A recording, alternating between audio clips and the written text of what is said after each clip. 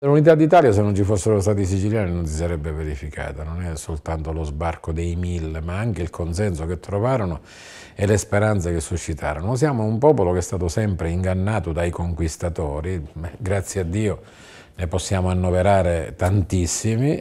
Oggi sono stato alla inaugurazione dell'Ikea e lo svedese si vantava di essere un erede dei normanni.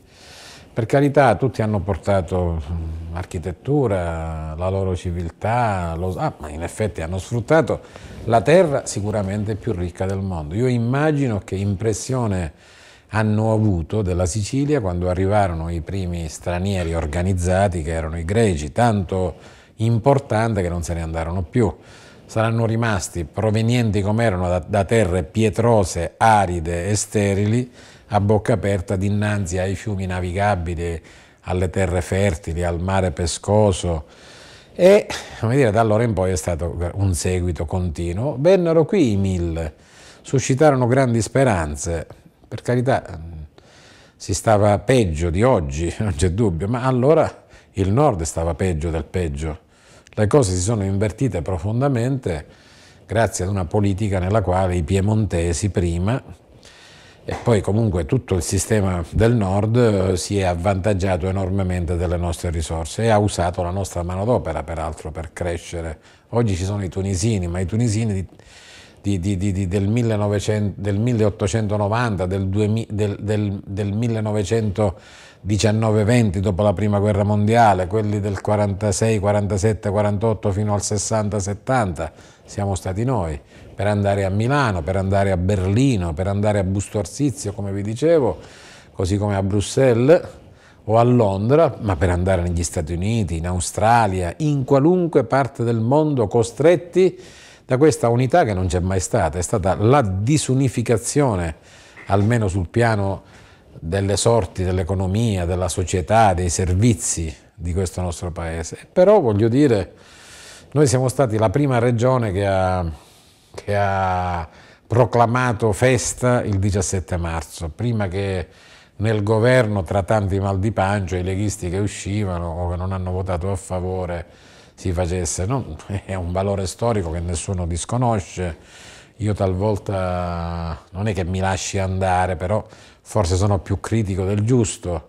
È un valore storico, sono il sangue di tanti siciliani, oltre che di tanti italiani che ci hanno creduto. Ebbene, vogliamo cominciare a unificare l'Italia?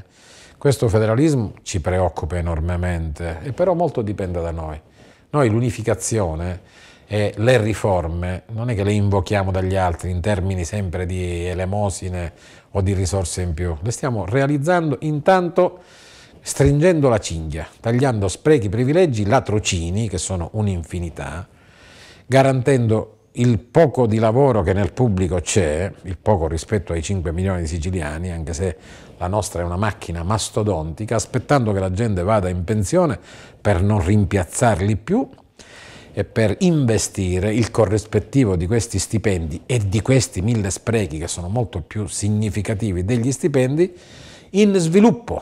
Oggi abbiamo presentato il formaggio fatto con latte ovino morbido, così come un formaggio affettabile, che è 1000 volte meglio di qualunque sottiletta. Dobbiamo promuoverlo, perché i siciliani sappiano che c'è un formaggio tutto nostro, di eccellente qualità, che costa non di più di quello degli altri. È bene che ciascuno di loro venga informato.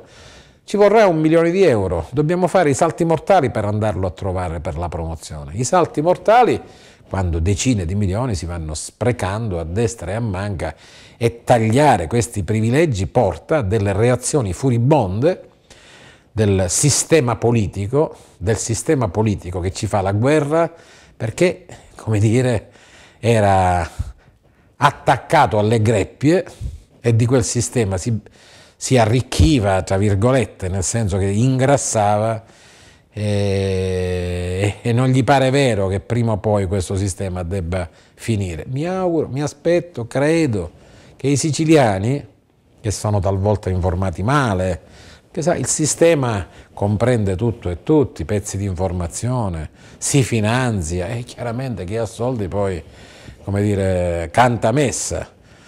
Mi auguro che i siciliani aprano gli occhi e si rendano conto che è uno sforzo inaudito che stiamo facendo e naturalmente ci aiutino, ci apprezzino, ci assecondino, ci diano una mano, perché quello che si sta facendo non lo si fa per capriccio o per smania di potere. Chiunque ci perde di noi, in tranquillità, in lavoro, in impegno, anche in tanti rapporti che purtroppo magari diventano conflittuali. Perché? Ma perché c'è da difendere la Sicilia e cercare di rettificare una strada, di riportare sulla retta via, quasi di drizzare le gambe ai cani, cosa che sembra impossibile, ma non lo è nell'interesse dei siciliani.